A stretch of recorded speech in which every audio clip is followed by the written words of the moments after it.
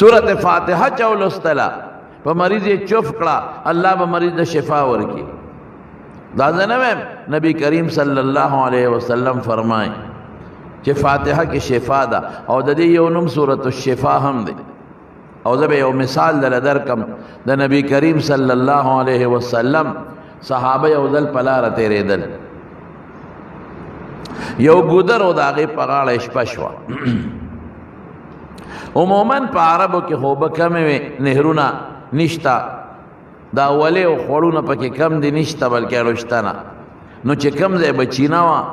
دا دریاب دا غرد خوانا براوتے وا علتا با یو لس کلی شل کلی او لس کورا کلی شل کورا کلی دیرش کورا کلی باباد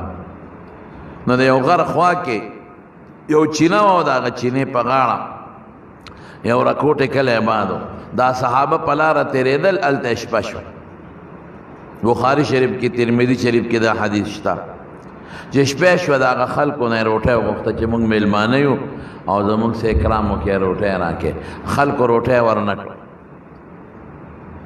چی روٹے ورنکل ہر قسم خلقی پا دنیا کے حالانکہ مسافر و خلق قدر کئی ادم پختانوی که دشمن دے مسافر ملمہ شلومش پا والا ورکا ڈوڑے والا ورکا نو دی خو پلارت دل پا کار دی دا کورنے نوڑے رستے وے دا ملمنو کار بشیو ہوئے نا منگ سر روٹے انتظام نشتے دیش پنا رتے رکلا خدای دا صحابہ و مدد کردی دیر زمانہ کی دا کلی چے کم مشرو ناغا مارو چیچ یا لڑم دی منڈی ترنیو والی خو سڑے نخکے گی او دا مارو دا لڑم علاج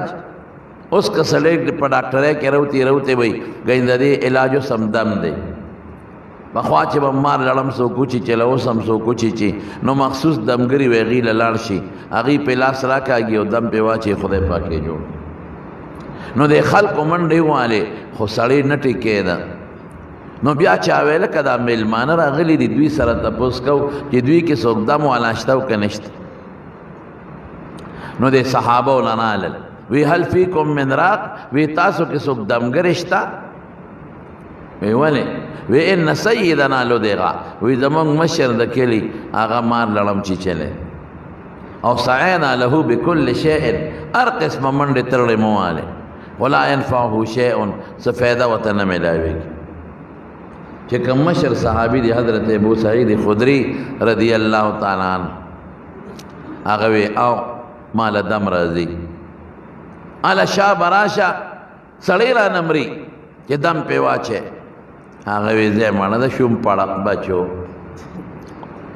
حالکہ گورے حدیث کی دا نشتا خاص نما پسی باز خلق بیٹے لپنو کی ویدہ پا کم حدیث شوم پڑک ٹکی پکی نشتا خدا دی سیاق و سباق مخ کی رستو نے اندازہ لگی منطق جسنگ حجت تی زمان دا عالمان وی نو مفہوم و سیاق و سباق و حجت تشریح کے ویلش زیدہ شم پاڑک بچو بیگام دا نڈوڑے غختا نوڑے روٹے مرانکلا اس خیراتی دمون اغوانے نوی تصوے ویزوے مچی مزدوری براکے مزدوری من خلق و تا شکرانہ وائی پخواب و تا خلق و شکرانہ وائی نو که آغا مزدوری را کولشے دم بواچم خدای ممشر جوڑ کی آکے نراکے دیکھ پل کار کر آغیوے بلکل اس مجبوری دا مشر مارچی چلے دے عمری سا مجبوری غوان بیدا جاڑی خشو 5 روپے والا ورک چه ماشوم ایک کور تا بوتا بیا واپس راوسی استاد یا خو بیا پا جاڑا شو 5 روپو تا چل جوڑ کرو چه وائلم تے واپس بیا خو بیا جاڑی آغیوے دا 5 روپو دا دم زور دا کور پوری دل اون دا شی زیاد کنو بیا با نبا جاڑی دا پا خواه مشرانو خیار خلقو دمون بابا جی با یو خبره کولا تاسو تیم بیم اگوی چکل مریض مرض دا کڑکور کے راشی درے کار بکوے یو با ڈاکٹر نے علاج کوے علاج سنت دے دویم با دم استعمال ہوئے نبی کریم صلی اللہ علیہ وسلم پخبل دمونا چولی حضرت حسن و حضرت حسین دا دوارن وسیعو دی ماندے دم چولی دی وعیزکما بکلمات اللہ التامات من شر ما خلق وشر کل شیطان وہام وعین لامہ او چوف پیکلے او یو دل دی خپلو دوالو نوسو تا وی بچی دم در باندے چوم او دا قدم په واچو او بیا ورته وایي وی بچی په دې به ابراهیم علیه السلام خپل زامن اسماعیل علیه السلام او اسحاق علیه السلام هم دمول. ګوره ابراهیم علیه السلام هم دمونه اچولې او کله به یې داسې موکړل چې ګوته مبارکه به یې داسې خوله کې وواله او بیا به هغه په ځمکه راښکا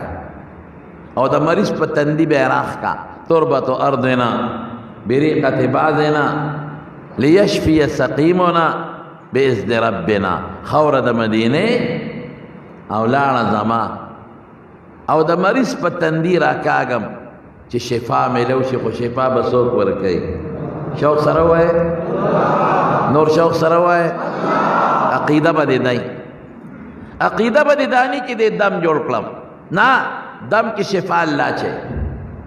عقیده به دې دانی چې ډاکټر جوړ کړم یا حکیم جوړ کړم یا دې دارو جوړ کړم. د حکیم او د ډاکټر په دارو کې به شفا څوک اچوي؟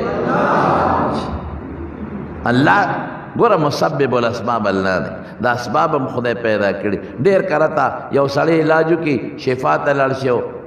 لاهور ته لاړ شي، آغا خان ته لاړ شي او مړی راوړي، امریکې ته لاړ شي او مړی راوړي. ولې؟ الله هغه ډاکټر او دارو کې شفا نه ده اچوي. او ستا د کلي یو عام کامپاوډر له لاړ شي په مټ ورته یو ستنه وایي او ټیک ټاک شي، دې کې خدای شفا اچولی. نو دم او تعویذ به کې دا دواړه ثابت دي، خو عقیده به دې داني چې تعویذ جوړ کړم او دم جوړ کړم. عقیده به دې دی چې په دم او په تعویذ کې شفا چا واچوله؟ الله واچو. نور حضور پاک په خپله دم اچولی. یو ځل جبریل علیه السلام راغی نبی علیه السلام ته، وی بیمار وی الا ارقیک دم در باندې نه اچو؟ وی واچو دم. نو هغه پې دم واچو، بسم الله ارقیک من کل داء یؤذیک الله یشفیک. وی د خدای په نوم دې دم، د هرې بیمارۍ نه دې دم او شفا به څوک درکوي؟ الله به درکوي. نو دا دمونه دا ثابت دي زمارو، دا مستقل صحابه کړي دي، دا حضور پاک کړي دي، د ابراهیم علیه السلام کړي دي، دا جبریل علیہ السلام دم اچولی دی. نو یو به علاج کې بل به دم، دا ضروری شی دی. او دریم به څه کې؟ دریم به هغه صدقه کوي مختصره شان، دا نه چې ته دیګونه پاخه کې یو غریب مسکین له څه شی ورکړي، چا باندې دم او هغه له خیراتي څه شی ورکړي. دا پښتنو به ورته زمونږ شکرانه وي چې دا یو شکریه شوه، تا په ما دم واچو زه تاله مزدوري در کوم، خو زه د خو ستا شکر ادا کوم، نو ځکه به ورته شکرانه لفظ وي. یا په ګاونډ کې بل چا له ورکړه، غریب له ورکړه، مسکین له ورکړه، کمزور لاجتمن له ورکړه. الصدقه ترد البلا. رسول الله مبارک فرمایي صدقې سره مصیبت ختمي. درې کاره کوي، ها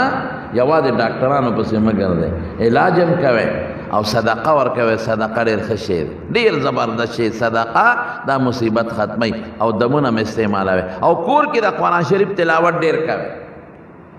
کم کور کې چې د قرآن شریف تلاوت ډېر کېږي، دا کور خدای د عذاب نه ساتي، دا د مصیبت نه خدای ساتي، دا د تکلیفاتو نه خدای ساتي. ډېر خلک موږ ته هم دا وایي یاره جي د کور حالات ډېر ګډوډ، رونه خپلو کې سره روان، بچی او خاپلا ټولو سره روان، ښځې زنانه روان. څوک جي ته دم راته وښایه، زه ورته ویم تلاوت شروع کړئ په کور کې، پوره سهار او ماښام تلاوت کوئ. او پخوا به خلکو کول، علما به یې راوستل، طالبان په کور کې به یې ختم وکړ. دې ټولو مشرانو ته پته ده، لکه صدقه به یې م وکړه، خلکو به وخوړه، غریبانانو له به یې م ورکړله، هغې سره به خدای پاک دا ټول سیسټم ښه روان کړی. اوس قرآن ته موږ شا کړی دی، اس توجه قرآن شریف ته نشته. نو په کوم کور کې چې زیات تر د قرآن شریف تلاوت کېږي، نو هغه کور کې د خدای عذاب به نه راځي، د خدای قهر او غضب به نه راځي زمارو. نو بهر کې خبره مې دې پورې کوله چې هغه صحابي ورته څه وایي، وایي دله دم اچوم خو څلوېښت ګډه چیلی به راکې.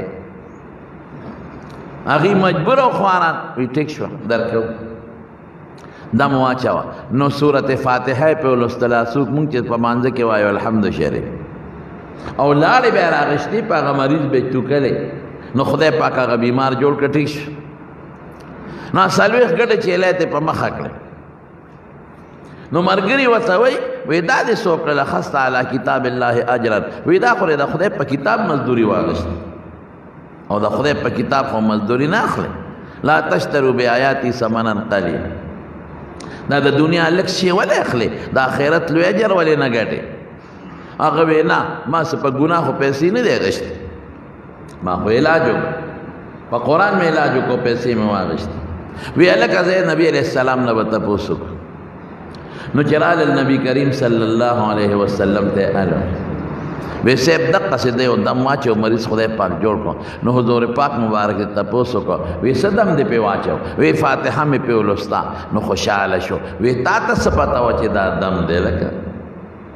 یعنی ښه دم دې پې اچولی وی حضرت څلوېښت ګړې چیلې م ترې راوستې دې سره څوک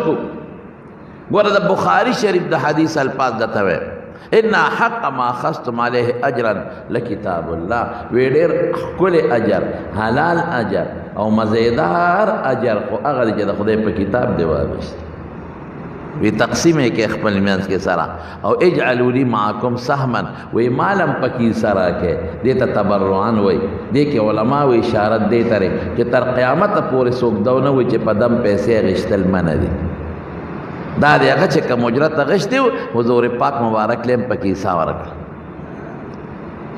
که ته وایې چې خدای پاک وایي په قرآن پیسې مه اخله نو د مارونو علمي جوابونه یې درې شته خو زه تاسو ته آسان جواب ستاسو د پوهې دپاره دا آسان جواب هر عمل له دوه رخه دي دوه یو ته عزیمت وایي او یو ته رخصت وایي لکه یو سړی په سفر دي په روژه کې عظیمت دا دی چې دا روژه ونیسه که طاقت دی ښه خبره ده لیکن که ته روژه نه نیسې او قضا یې کې دا هم دله رخصت دی دواړو کې د اختیار شو ښه دا ده که طاقت دې وي نو ونیسه او که طاقت دې نه بیا خو ښه نه ده خو که طاقت دې ښه دا ده چې ونیسه خو که طاقت دې وي او بیا هم وایې چې نه نیسم د دې قضا به کوم ځکه زه مسافر یم پنډی لاهور ته ځم نو رخصت تله شته دقه رنګې عظیمت دا دی چې ما اخله پیسې پرې د خدای به دله ډېر لوی اجر او ثواب په آخرت او په جنت کې درکړي خو که اخلي نو رخصت دله شته دا یې دلیل شو نو قرآن شریف په یو صورت کې د مارونو فایدې دي